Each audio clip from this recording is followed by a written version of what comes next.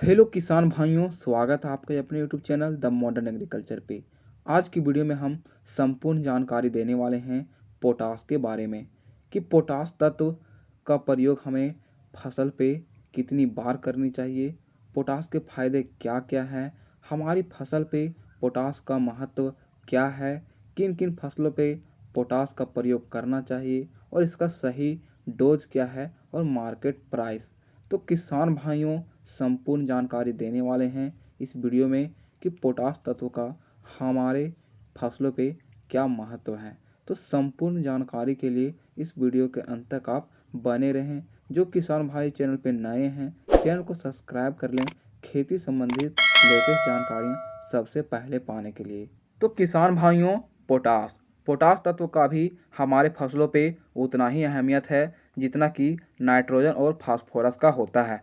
यदि हमारी फसल पे पोटास की कमी हो जाती है तो हमें काफ़ी बड़े नुकसान का सामना करना पड़ता है। यदि लक्षण की बात करें कि हमारे पौधों में यानी कि फसलों में यदि पोटास की कमी हो जाती है तो क्या होता है, तो पौधों के जो पत्ते होते हैं धीरे धीरे पीले पड़ने लगते हैं और फाइनली ये मुरझा करके सूख जाते हैं, जिससे कि हमारी फसल सही तरीके से प्रकाश संश्लेषण क्रिया नहीं कर पाती है और अच्छी उपज और गुणवत्ता से वंचित रह जाती है।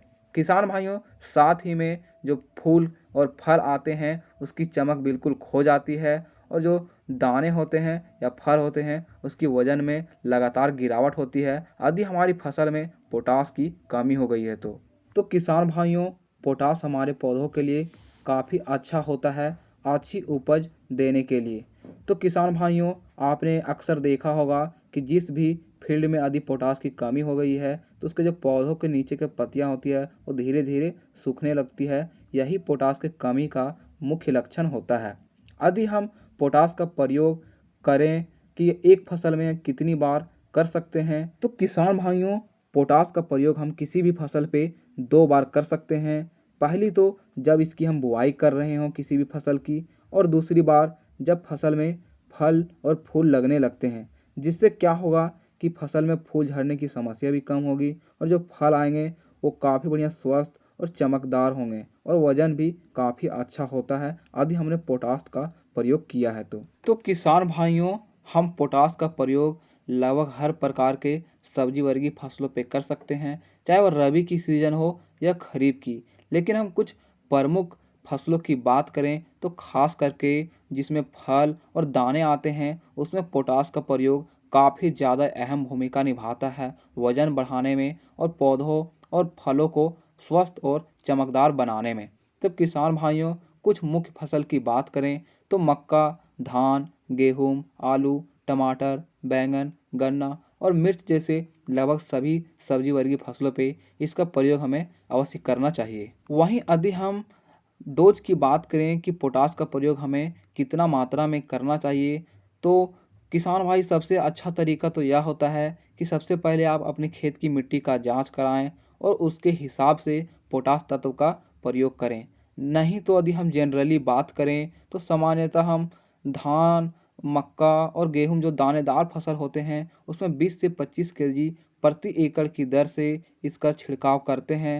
यदि आप चाहे तो एमओपी पोटास दानेदार का प्रयोग कर सकते हैं या फिर एनपीके का 000 50 घुलनशील खाद दोनों में से किसी का भी चयन कर छिड़काव कर सकते हैं। पोटास की कमी दोनों से दूर होती है। तो किसान भाइयों, आप किसी भी फसल का यदि बुआई कर रहे हैं तो उस समय पोटास का भी प्रयोग करें। काफ़ी बढ़िया रिजल्ट आपको देखने को मिलने वाला है और ख़ास करके जब आपकी फसल 30 से 35 दिन आने की फल फूल आने की स्टेज में हो तो उस समय भी पोटास का प्रयोग करें, जिसके कारण आपकी जो फसल है उसकी उपज और गुणवत्ता के साथ साथ चमक और वजन में भी काफ़ी अच्छी बढ़ोतरी होगी। और ख़ास करके किसान भाइयों, इसका प्रयोग आप गेहूं की फसल पे ज़रूर करें। प्रति एकड़ की दर से यदि आप 30 से 35 केजी भी प्रयोग में लाते हैं पोटास का तो आपकी उपज 1.5 गुना बढ़ने वाली है और वज़न भी काफ़ी बढ़ जाता है यदि हमने पोटास का प्रयोग किया हुआ है। तो साथ ही में आप धान, मक्का और गेहूं के फसलों पे इसका प्रयोग ज़रूर करें। तो किसान भाइयों, हमने इस वीडियो में आपको पोटास के बारे में बताया है। आप चाहे तो पोटास दानेदार MOP का प्रयोग करें या फिर NPK का घुलनशील 000050 दोनों में से किसी का भी आप प्रयोग कर सकते हैं। तो किसान भाइयों, इस वीडियो में बस इतना ही। मिलते हैं आपसे अगले वीडियो में, तब तक के लिए धन्यवाद।